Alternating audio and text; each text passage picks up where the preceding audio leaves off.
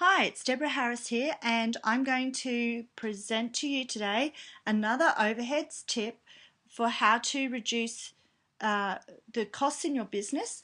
Keep in mind that overheads are the fixed costs of your business, and overheads contribute to your bottom line profit, but they also contribute to how much cash flow you have hanging around in your business.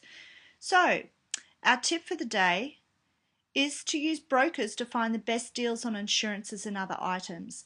So insurance brokers can actually go out and get you prices that you may not have access to as an end consumer, but sometimes they can access better prices for you. So contact a broker, find out what they can do as a deal on insurance or a deal on mortgage payments or anything like that.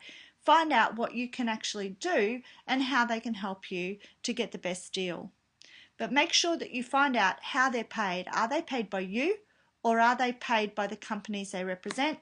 Keep in mind that they may not represent all companies, but they can probably get you a better deal.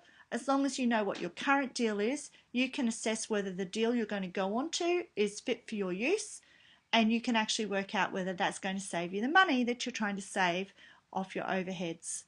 So this was another Cashflow Lever tip on overheads.